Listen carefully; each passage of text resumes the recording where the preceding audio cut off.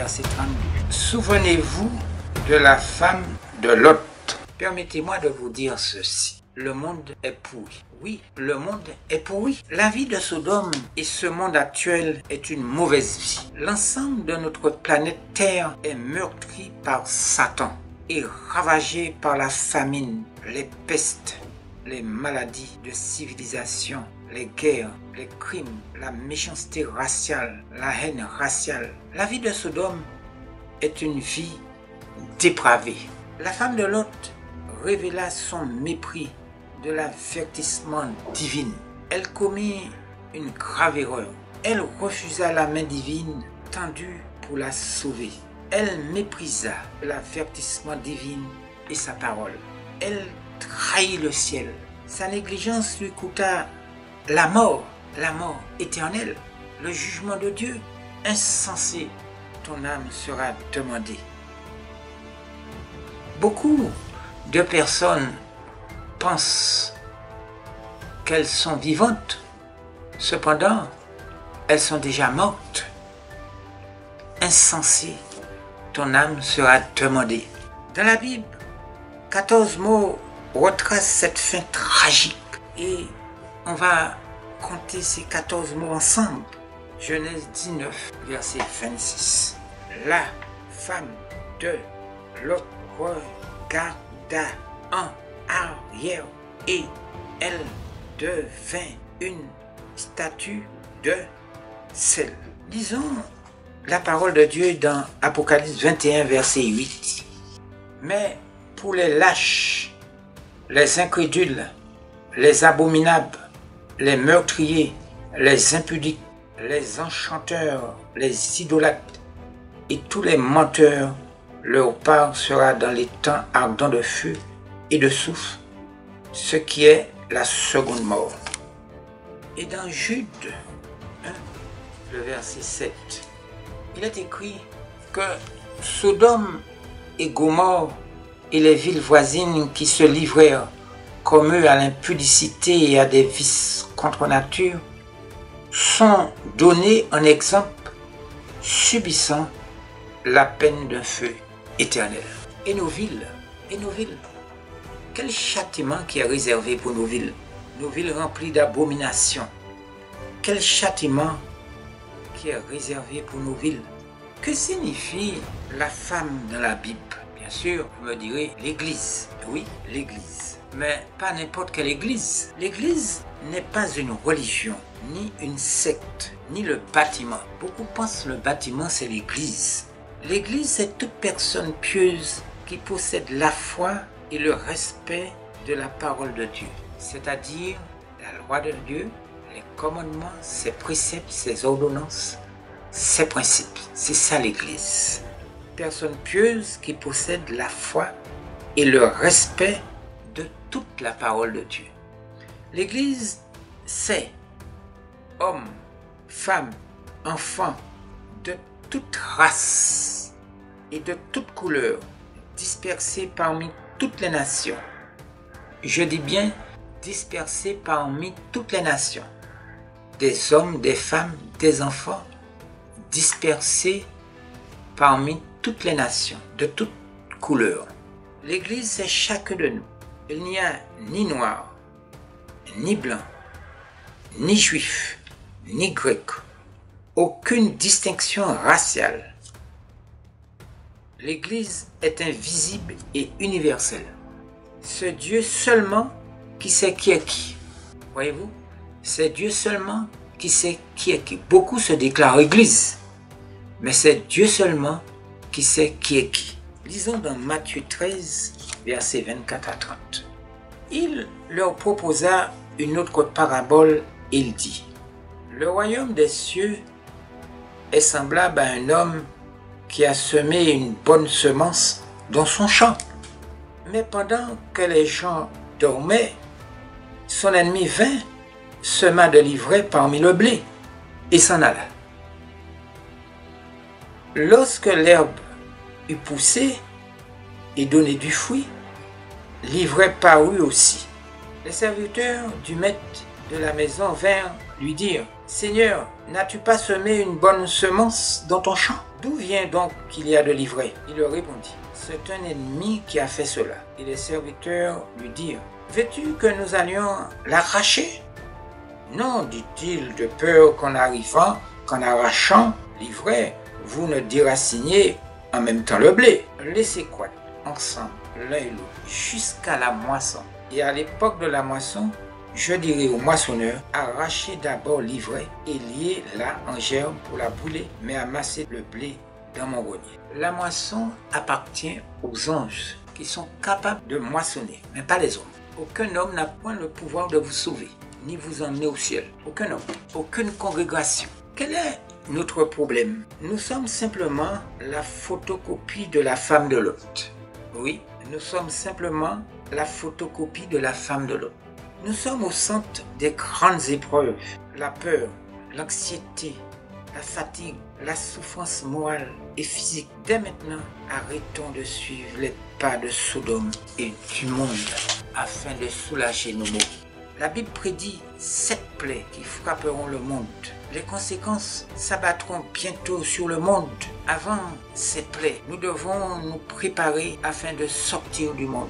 Lisons dans la parole de Dieu ces plaies qui sont annoncées. Apocalypse 16, 1 à 14. Et j'entendis une voix qui venait du temple et qui disait aux 7 anges, allez et versez sur la terre les 7 coupes de la colère de Dieu. Le premier alla, il versa sa coupe sur la terre, et un ulcère malin et douloureux frappa les hommes qui avaient la marque de la bête et qui adoraient son image. Faisons attention à l'époque que nous vivons actuellement. Prenons bien le temps de réfléchir. Faisons pas n'importe quoi. Verset 3. Le second versa sa coupe dans la mer, et elle devint du sang comme celui de mort, et tout être vivant mourut, tout ce qui était dans la mer.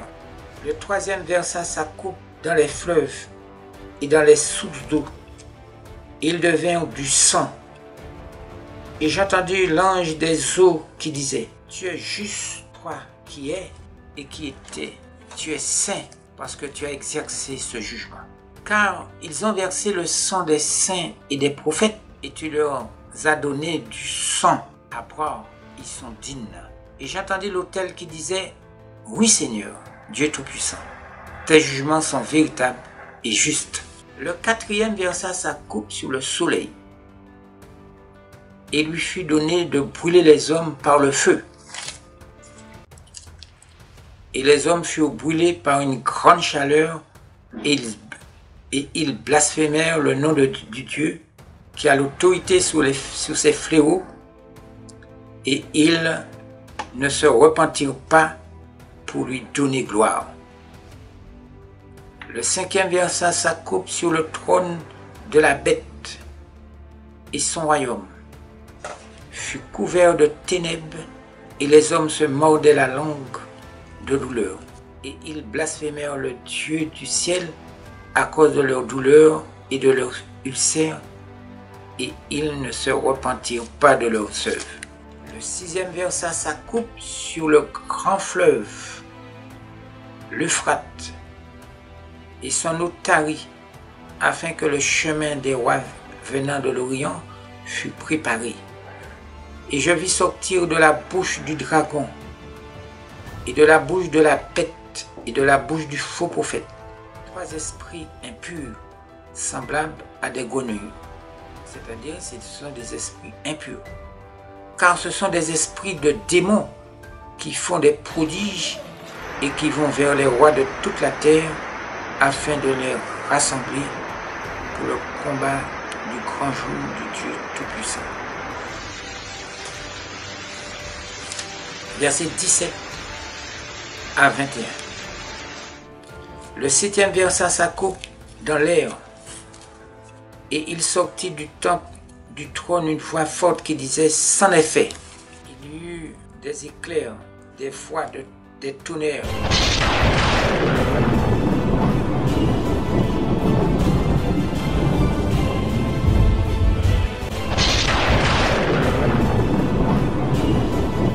Et un grand tremblement de terre tel qu'il n'avait jamais eu depuis que l'homme est sur la terre, et un si grand tremblement.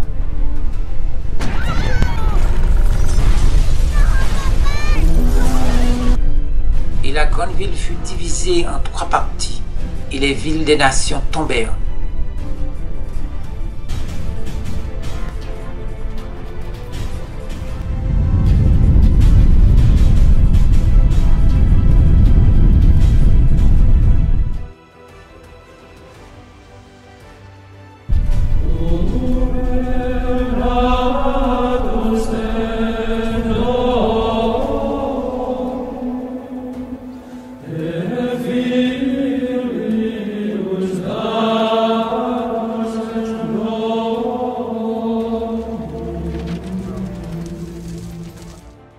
Et Dieu se souvint de Babylone la Grande pour lui donner la coupe du vin de son ardente colère.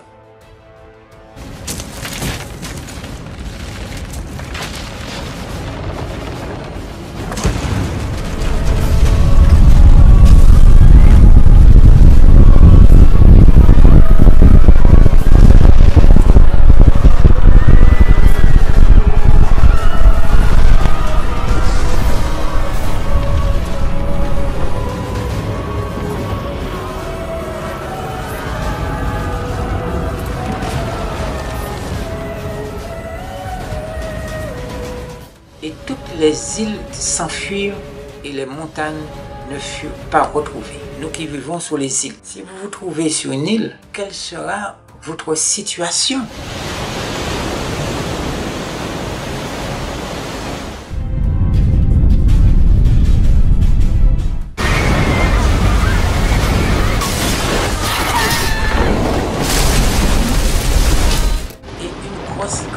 Dans les colons pesait un talon tomba du ciel sur les hommes et les hommes blasphémèrent Dieu à cause du fléau de la grêle parce que ce fléau était très grand.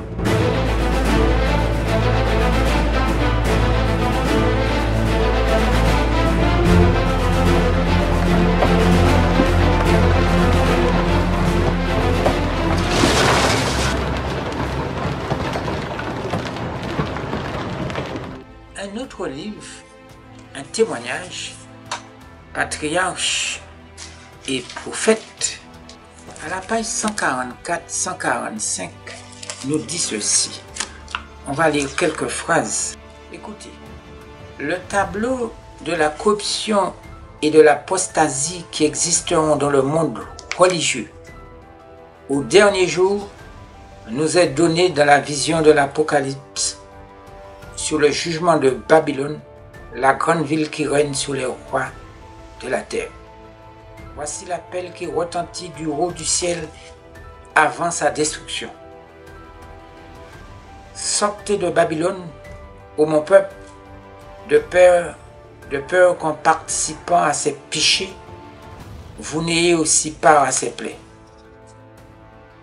Comme au jour de Noé et de Lot, la séparation d'avec le péché et les pécheurs devra être radicale. Pas de compromis entre Dieu et le monde, ni de retour en arrière pour acquérir ses richesses terrestres. Vous ne pouvez servir Dieu et Mammon. On ne peut pas servir Dieu et le diable en même temps. Semblable aux habitants de la vallée de Siddim, le monde rêve d'un avenir de prospérité et de paix. Enfuis-toi pour sauver ta vie, nous crie l'ange de Dieu. Mais d'autres voix clament, pas d'excitation, il n'y a pas de quoi s'alarmer. Les multitudes répètent, paix et sûreté, alors que le ciel annonce qu'une ruine soudaine surprendra les pécheurs. Faites attention à la multitude, à la majorité. La nuit qui précéda leur destruction, les villes de la plaine, vautrées dans le tourbillon du plaisir, se moquaient des avertissements du messager divin. Et c'est ce qui se passe à l'heure actuelle. Mais la même nuit, la porte et la miséricorde se ferma pour toujours sur les habitants de ces cités indolents et dépravés. On ne se joue pas toujours de Dieu impunément et on ne le fait pas longtemps. Oui, le jour de l'Éternel arrive, jour cruel, jour de fureur et d'ardente colère qui réduira la terre en désert et en exterminera les pécheurs. La grande majorité du monde rejettera la miséricorde divine et sera emportée par une ruine soudaine et irrémédiable. Mais je dis bien, mais ceux qui tiendront compte de l'avertissement habiteront dans la retraite du Très-Haut et reposeront à l'ombre du Tout-Puissant. C'est-à-dire qu'il y aura un abri pour le peuple de Dieu. Sa fidélité sera leur bouclier protecteur. C'est pour le juste qu'est la promesse. Je le rassasierai de longs jours et je lui ferai contempler mon salut. La fin de toutes choses arrive à grands pas. Voici la bonne nouvelle du royaume des cieux.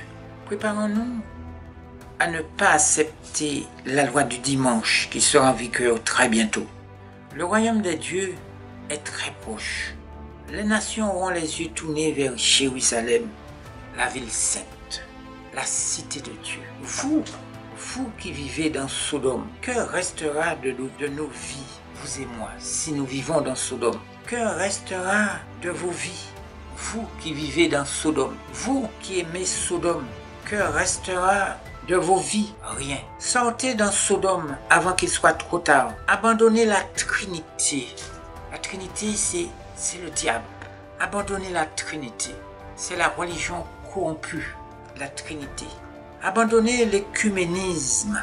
Sortez dans Sodome avant qu'il soit trop tard. Je répète encore une fois. Fuyez sans retourner en arrière.